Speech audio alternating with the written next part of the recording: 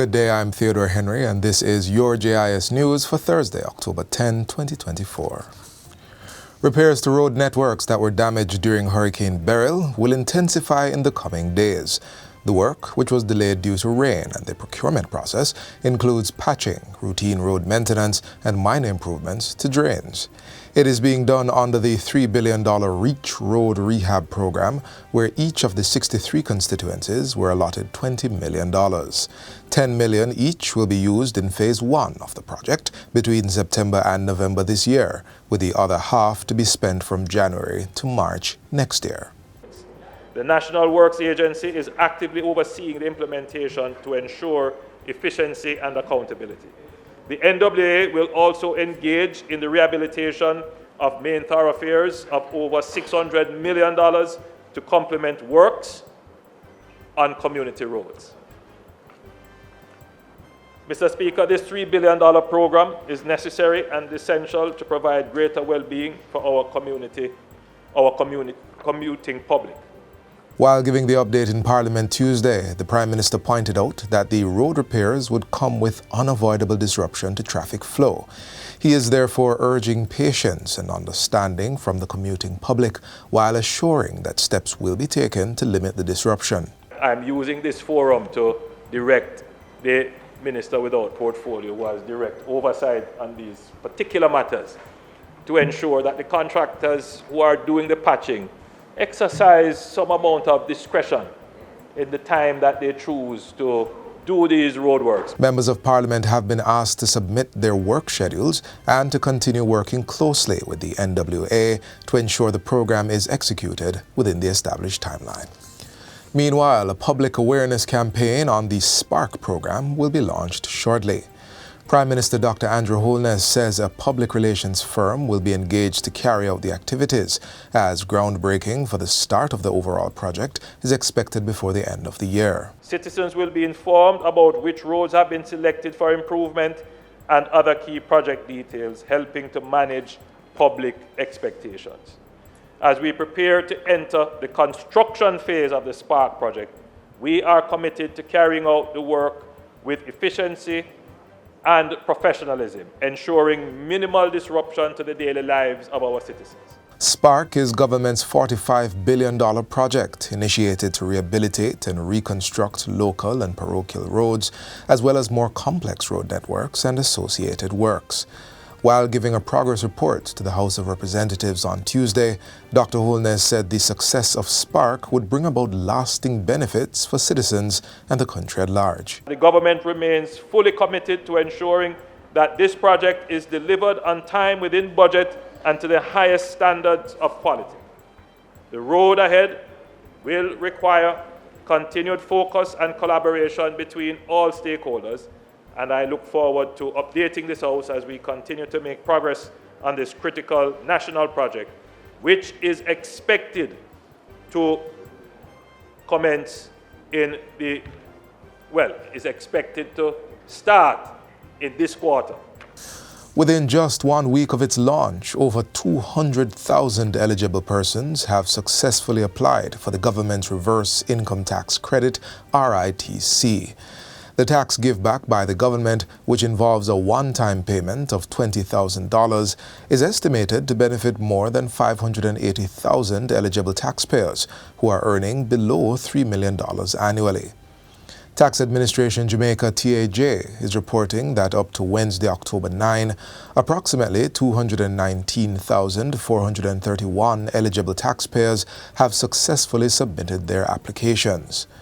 The reverse income tax credit is accessible to self-employed individuals, pay-as-you-earn, PAYE employees, and pensioners, as well as domestic workers. They must have completed their tax filings and payments for the 2023 calendar year by August 31, 2024. A reverse income tax credit hub has been created on the TAJ's website, jamaicatax.gov.jm, to facilitate the submission of applications and access to relevant information about the initiative. Taxpayers have until December 2, 2024 to submit their applications. When applying, persons will need to have their taxpayer registration number, TRN, valid banking information, and a telephone number or email address. It is expected that disbursements will be made within 4 weeks of a confirmed application. Persons may choose from a list of participating financial institutions or remittance agencies, which now includes Scotiabank Jamaica, to receive the disbursements. TAJ says it is still in discussions to include additional financial institutions. The Ministry of Education and Youth has officially launched its customer service program and branch.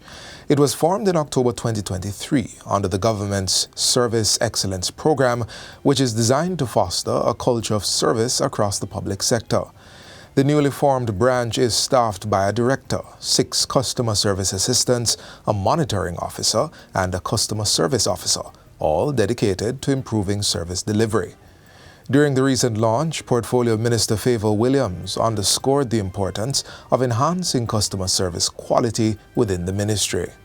This initiative is designed to not only improve how we serve, but also to enhance the overall experience for those who engage with us, whether it is someone seeking information, processing important documents, or simply needing guidance. We must ensure that their journey through our ministry is marked by efficiency, but more importantly, empathy. We want to institute guidelines and standards to promote service excellence. We want to build and nurture a performance excellence culture across the sector, deepen the capacity of public servants and their organizations to be responsive, flexible, and effective. We're going to train and nurture the talents needed to develop a performance excellence culture and continuously engage with the public to strengthen their involvement in the design and redesign of services. In addition to the established guidelines, the branch has upgraded the lobby seating areas at the Education Ministry's Heroes Circle location and is serving hot beverages to both staff and visitors to further enhance their overall experience at the ministry. And finally, Old Harbour High School in St. Catherine is now the beneficiary of a 29-seater bus generously donated by the government of Japan. Valued at over $11 million, the vehicle is set to significantly enhance the transportation options for students, particularly those traveling long distances to school. The newly acquired bus will also be utilized for field trips, sporting events, and other extracurricular activities. In putting forward the request for a school bus, ladies and gentlemen, we know that our students will be able to reach school on time, to reach home on time, and to reduce costs as it relates to our parents. So this afternoon we're saying to the government of Japan, we're saying to the Ministry of Education, we're saying to NET, the National Education Trust, we are indeed thankful. During the recent handover ceremony at the institution, Minister of Education and Youth Favour Williams also lauded the government of Japan for its ongoing support through the grant assistance for grassroots human security projects. Over the years, 120 projects valued at about 1.4 billion Jamaican dollars, thereabout. That is no chicken feed, right? That's a lot of money in the form of grants for various projects here in Jamaica. And this afternoon, Old Harbour High School is the beneficiary of one of those grants. So, Ambassador, please take back our gratitude to the government and people of Japan for all they continue to do as we deepen the relationship with Japan. I am sure, absolutely sure, that Old Harbour High School will take care of the bus. And that's it for JIS News today. I'm Theodore Henry. Thanks for watching.